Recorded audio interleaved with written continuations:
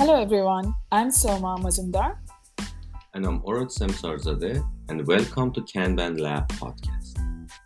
In each episode, we'll pick a common question and dive into a different aspect of Kanban, exploring its principles, practices, and applications, and answering that question. Our goal in this podcast is to demystify Kanban and help listeners understand how it can benefit their teams and organizations through addressing the common misconceptions, clarifying concepts, and answering questions about Kanban. Morning, Orod. Good morning, Soma. How are you? I'm doing. How about you? Oh, I'm very good. And today we have a cloudy but very nice and kind of good weather. It's warmer than a few days ago, so it's a beautiful Saturday. How is Uh, Sydney? Sunday. we are on a Sunday today, and also Oh, Sunday, yes. yeah, looks like you are losing track of time. But so I'm sure that you would like to know how is Sydney today. Yes. Uh, we are luckily on a video, and you can see the amount that's on my face, which is yeah. Not rubbing it on your face, just saying that we are having a really good sunny Sunday today. Yeah, and I totally forgot that we're recording video, so I was looking at my phone. It's a new experience. It's a new experience. We are just going to trial with today's episode. So, if anyone is keen to watch the video, they can definitely go to our YouTube channel, which is on the same name, Kanban Lab, and find this episode with video. Perfect. All right, Soma. So, what have you heard recently about Kanban that you want to talk about it today? Hmm. So, the recent thing that I heard was is replenishment similar to sprint planning? How do we Hmm. do replenishment in Kanban? Because many people, I believe, is confused when they the cadences and the events. Then what are the differences? Like sometimes people try to say that okay, everything is same. Like you have, but Hmm. there's replenishment in Kanban. So a Scrum Master was asking, how do you do replenishment? So what would be your answer to that? That's actually a really good question. I think before we kind of compare the replenishment in Kanban and sprint planning, I think it's good to talk a little bit about the purpose of sprint planning in Scrum and then link it to replenishment. So, in Scrum, they basically sprint planning is the first thing you do before your time box starts, which is Yeah. called sprint, right? And the team decide how much they can deliver or what goal they can achieve based on Yes. their capacity, right? In the next fixed 2 weeks or whatever. Okay, 2 weeks, 3 weeks sprint. Mm. So they look and see how much they can deliver in that period, in that time box.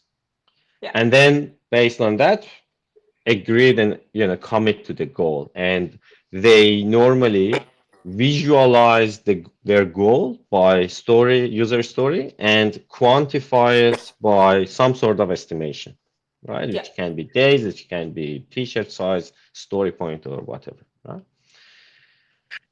Um, So basically, they pull a batch of work, Mm. which basically call it, a few Mm. goals or objectives for the next 2 weeks, Mm. and then they commit and start working to achieve that goal. Mm. Yeah. In Kanban, so basically, every 2 weeks, they replenish based on their capacity, right? So they pull a batch of work based on their capacity, right? So sprint planning is a replenishment. It's basically replenishment as an activity of the replenishment, Mm. right? The difference in Kanban is we don't have that time box, right? But we have some sort of service level agreements, which is kind of similar to time box in Scrum, right? Mm. Which is basically what the delivery team or this team agreed with their customer. So how long the customer can wait until Yes. something happens. Mm. Okay.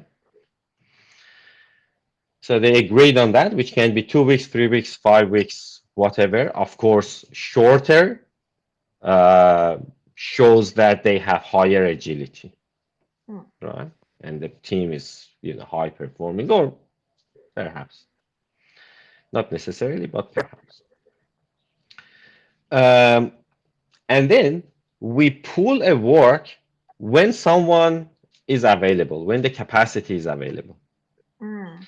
So Yeah. you don't necessarily have to wait until the sprint is finished. So we don't time box it, and we don't pull a batch of work.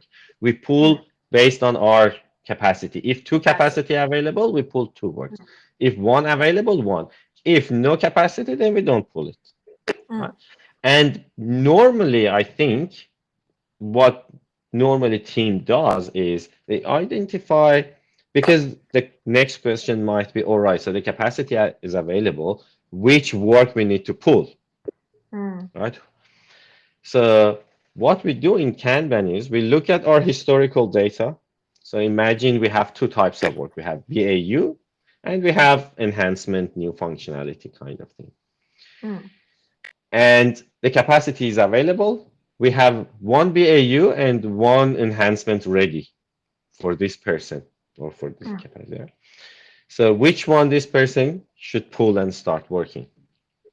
The question is, when is the customer expectation due?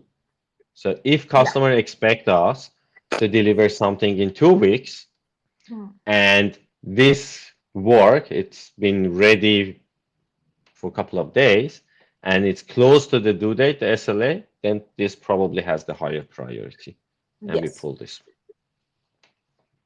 All right. Yeah. So I think that's basically, I think the main difference between Scrum, sprint planning, and Kanban replenishment. Replenishment. Yeah. And also the prioritization is done slightly differently. It's based on, classes of service, delay, all those factors coming in, and also the policies, explicit policies that you have in your team. And one of the other things which I think is very important for anyone to understand, that you only replenishment when there is a capacity available to pull work. And this is one of the major differences, because in modern day sprint planning, I've seen this could be also applied to Scrum as well, because looking at sprint planning, often I've seen that only velocity is taken into consideration, and that's the throughput of the team. So, and also there are other factors coming into picture. For example, what's the priority? So it comes through the product who talks about the priority they represent, and the backlog is more of a longer term backlog. If you mean, like, for example, when you have a Scrum backlog, the product backlog, it is not for, like, it's not going to change within like 3 months or something. So people already have the items, or the PBIs are already there. And based on the business priority or the stakeholder priority, the product owner who represents the business talks about that, and then the sprint planning happens. The other difference in Kanban is that when you are replenishing, the main thing is that you have a customer there to talk about that, okay, which is the most important thing. So it is, you don't have a priority look at, and then you are just pulling things, because everything is option till you commit to that. So you can have that conversation with them, and based you can pull it. So that is also another thing. And the agility, about the agility, I really love that part. It is about, like, there could be some time on demand replenishment. Like, for example, let's say, in any team, replenishment happens in every fortnight, but then like 5 days before, they kind of like smash through everything. So Mm, they don't have to wait for the another 5 days to they can yeah. actually pull things. Soma, you mentioned about prioritization and the difference. I just wanted to add something that depends on the context that can be changed. Even if you do fully Kanban, you still might have a business representative, product owner kind of role who Yeah. prioritize the work. That person can use any technique to prioritize it, right? It can be, it's just my gut feel. I think has higher priority. Yeah. Yeah. Or talk to the team and they agreed on something, or talk to the customer, or look at the cost of delay and all those kind of things that we discussed. So I think that depends on the context can be changed. In terms of the cadence, again, in Kanban, we can have on the same interval kind of replenishment, which is normally even suggested for team with lower maturity, or team with you know team who work with Scrum and they used to cadence based Yeah. kind of approach, which I think it's not a bad idea either. Mm. Mm. Um, and there was another thing I wanted to add.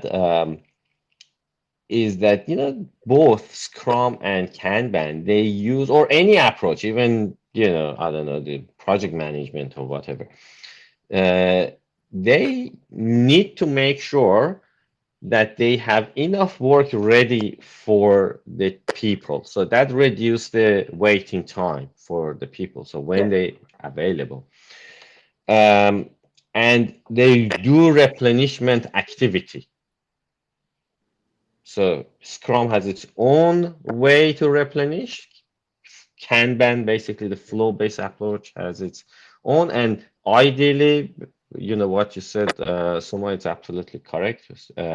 Ideally, you can do it on demand, and which is probably one of the factor that shows you reach some sort Your of risk, yes. maturity level. Higher agility, yes. Yeah.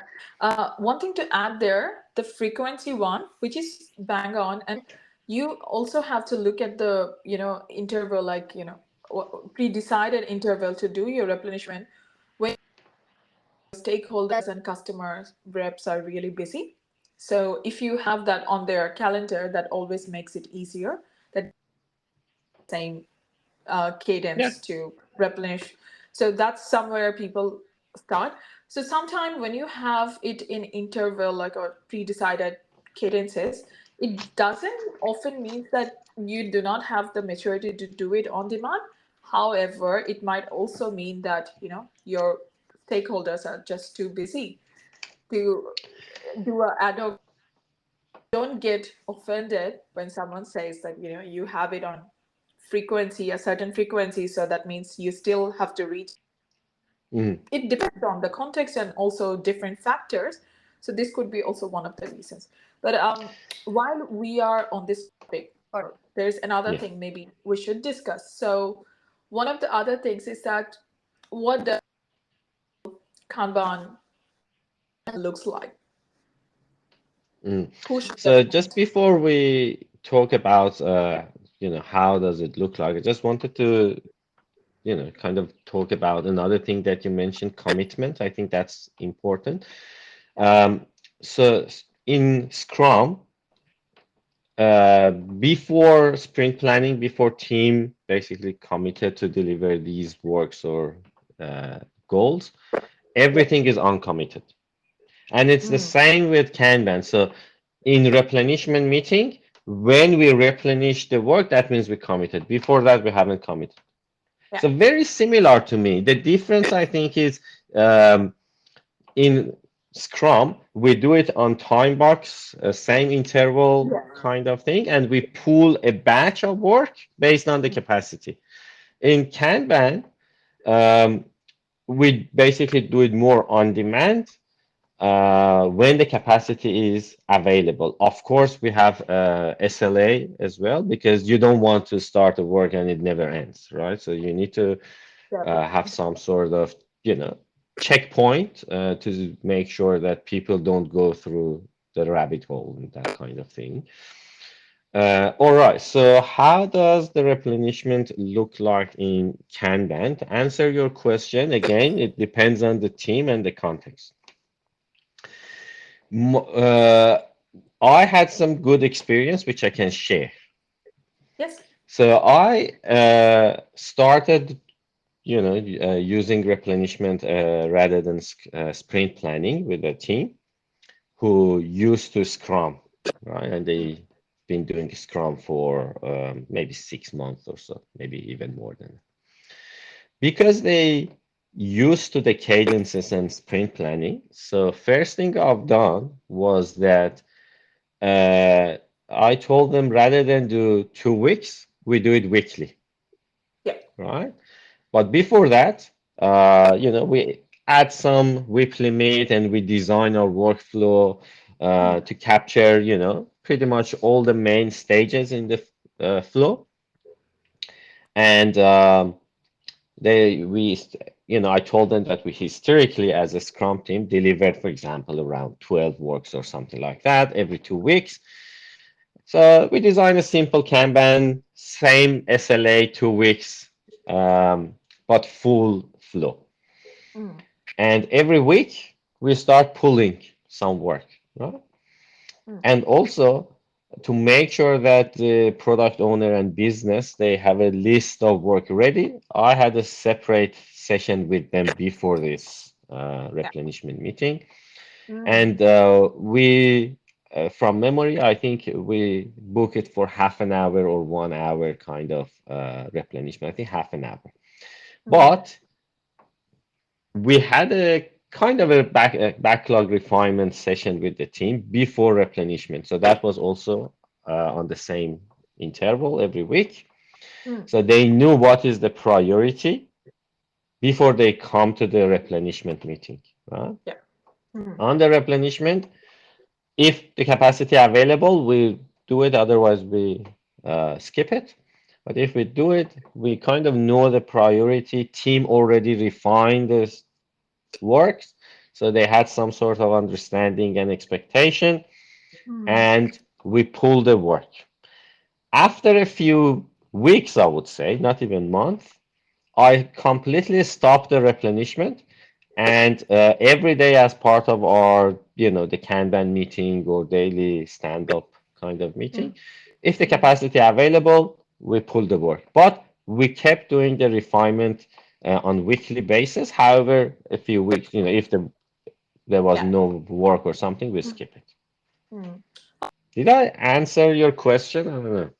Yeah, I think there's again, based on your context, you can definitely have your own replenishment session. So with one of the teams that I was coaching and who were new to Kanban, which is amazing because when you are doing weekly replenishment, it shouldn't go beyond 20 to 30 minutes because you are, replenishing the queue and the queue shouldn't be that long. That is one thing that Mm, you need to keep in mind. We did something a bit different.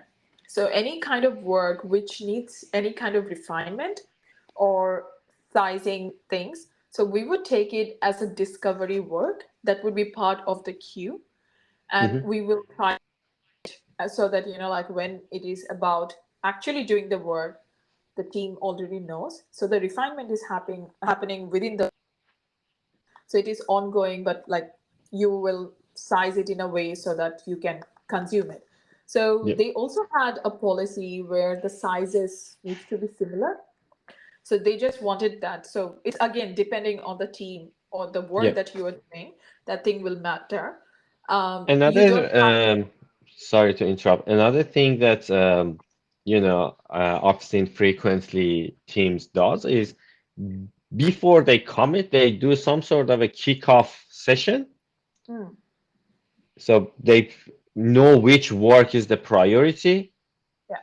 and the people who are going to work on this piece of work, they get together with the business Yeah. and then discuss about it, refine it, and then it goes to development and whatever. Yeah, definitely. And if your backlog is more date driven, as in like you have things on your backlog where you really need to deliver them on a fixed date.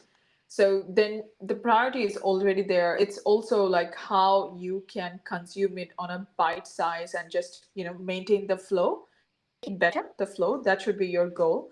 So there is no right or wrong. What I wanted to say earlier is that it is always based on the doing or the team you are in. Like for example, in that team they had a BA. They would take on the discovery. They would, like always meet with the developer, tester, designer to get all the information and kind of like refine the work so that it can be taken in another iteration. So in that way, it worked for them. For can be a BA, and that is okay. Then you will find out your own unique way to do this, and that is Exactly. totally, totally fine. Replenishment, the whole idea behind it is that you have to always keep the queue ready so that when they have the capacity, they can pull from there. So that means that you are agreeing on what is going into the queue together with your holder and the team members. So that is the whole intention behind Kanban replenishment. And how you achieve that, there's a like whole flexibility can be in in there. So you don't have to follow certain things and I have done. There might be something unique which will come up from your practices, and you should always share that with everyone so that we all can learn. All right. Perfect, Soma. So just to summarize what we discussed today, so we talk about what is the difference between Kanban replenishment and Scrum sprint planning. So basically, they both try to do the same thing, which is replenish the capacity. The main difference is in the Scrum, we do replenishment activity on the same interval, um, and we pull a batch of work based on the capacity we have. In Kanban, you do less, I mean, you can do it basically on demand when the capacity is available, and rather than pull a batch, you normally pull based on your capacity. I think that's the main differences, and I think that will be a takeaway for this session. Is there Yeah. anything else, Soma, you can think of? Well, it would be also a good idea to put a whip limit on the queue, replenish, because if it is unlimited, that will again have a lot of Yeah, issues. yeah, So no, that's good point. another takeaway. Perfect. All right. Our first vidcast. It was an interesting experience. So, as Soma said, please subscribe to our YouTube channel. And of course, you can find us on almost all major podcast repository. Thanks, everyone. And we come back next week. Thanks so much. Yes. Thank you. Thanks all.